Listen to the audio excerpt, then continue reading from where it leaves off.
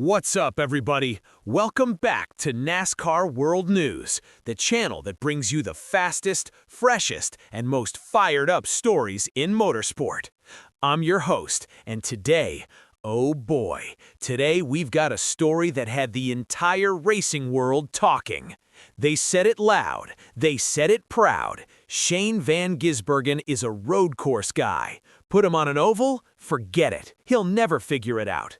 Well, NASCAR just dropped their advanced stats over the Easter break, and every single person who said that, they've gone very, very quiet. From a guy who couldn't crack the top 30 on ovals to a legitimate chase contender sitting 14th in Cup Series points. From a deer with headlights on banking to blowing past veterans on fresh tires in Martinsville. This is the SVG Oval Awakening, and it is real. Let's get into it. Before we get into the oval story, let's make sure everybody watching understands exactly who Shane Van Gisbergen is, because this man's resume is ridiculous. He's from Auckland, New Zealand, and before he ever touched an American stock car, he was already one of the most decorated drivers on the planet. 3 Australian Supercars championships, 80 wins, 3 Bathurst 1000 victories, a win at the Bathurst 12-hour, a podium at the 24 Hours of Daytona. The man had done everything in road racing. Then in 2023, he entered one single NASCAR Cup Series race, the very first Chicago street course event in history, and he won it on his first ever Cup start, something that hadn't happened since Johnny Rutherford back in 1963. Nobody saw it coming. Overnight, SVG became the hottest name in all of motorsport. Trackhouse Racing brought him over full-time, and in 2024, he spent the X Series learning the ropes, winning 3 races. NASCAR. Then in 2025, he moved up to Cup full-time, and on road courses, he was absolutely untouchable. He won 5 road course races in 2025, including the inaugural Cup race at Mexico City and the Charlotte Roval, giving him 6 Cup wins overall. NASCAR. By his 38th Cup start, the last driver to reach 5 wins that quickly was Dan Gurney back in 1968. But ovals? Ovals were a completely different planet.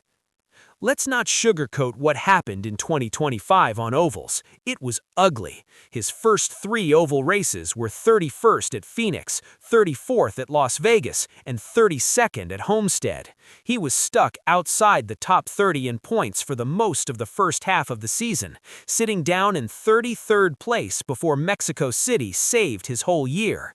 SVG didn't hide from it either. He said straight up that the driver was the problem. He talked about not understanding how the car worked on ovals, not knowing how to go into corners flat out and just trust the banking.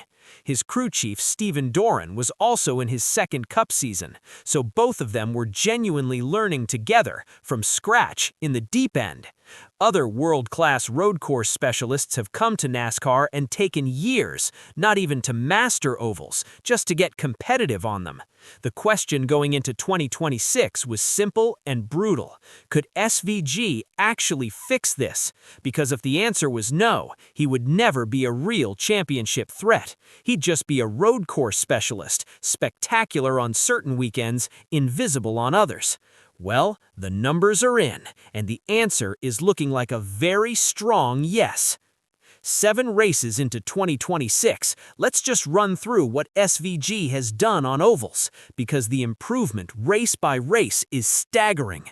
At the Daytona 500, SVG qualified 13th, led laps, and was running inside the top 10 before getting caught up in someone else's crash and finishing 30th. The speed was clearly there. Then came Atlanta, and this is where people started paying attention.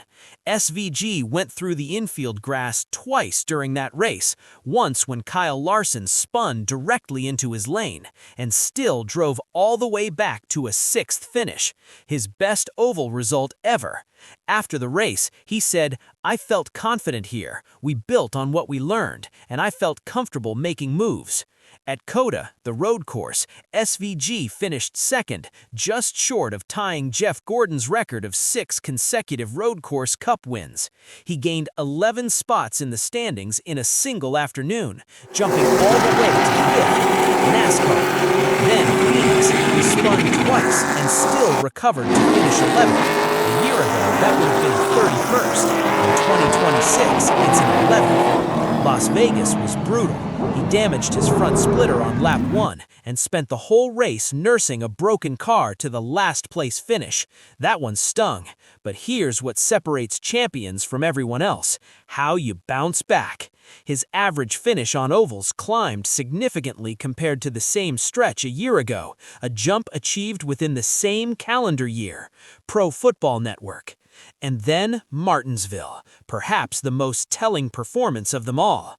SVG qualified 5th, a career best on any oval. He ran inside the top 10 most of the day, collected stage points in both segments, and his team made a bold pit strategy call that briefly launched him all the way to second place behind Chase Elliott. Velocity magazine.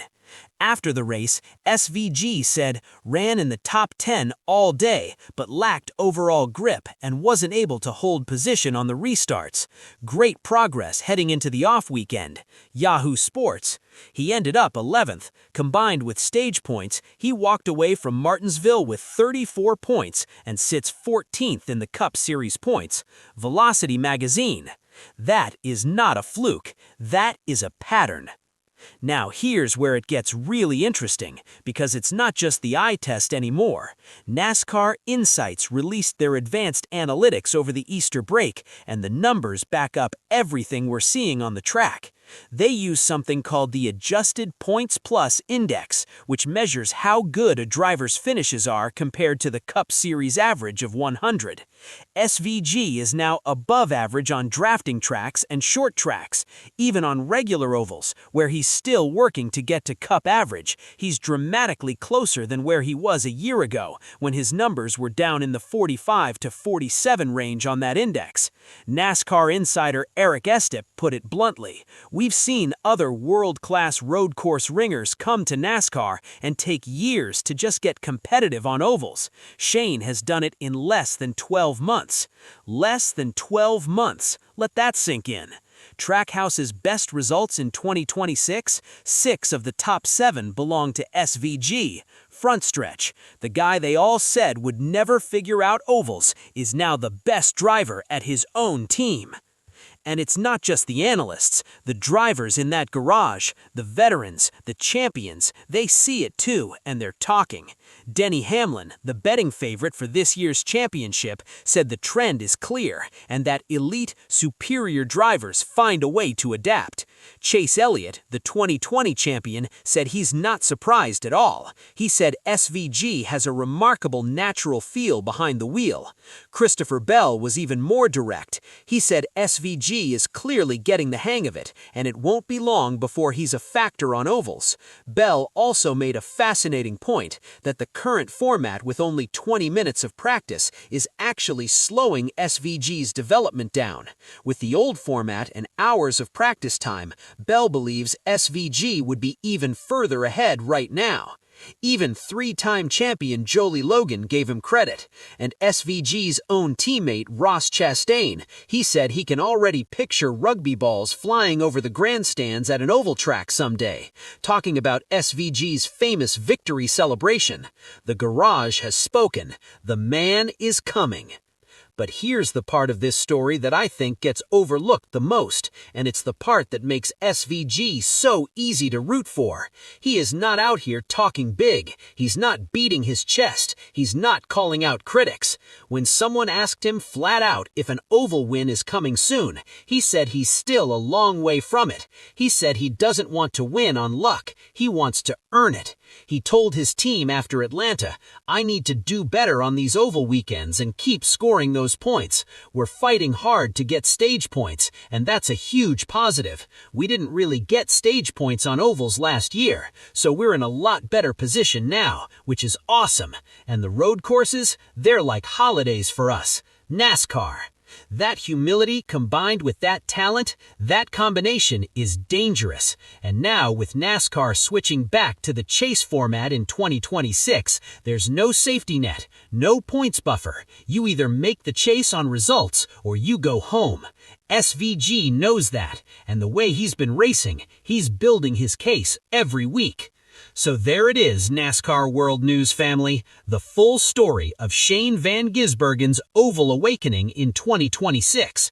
From 34th at Las Vegas to 6th at Atlanta. From a deer in the headlights to briefly running second at Martinsville. From 45 on the NASCAR Performance Index to above average on multiple oval track types in less than 12 months. In 6 oval races in 2026, SVG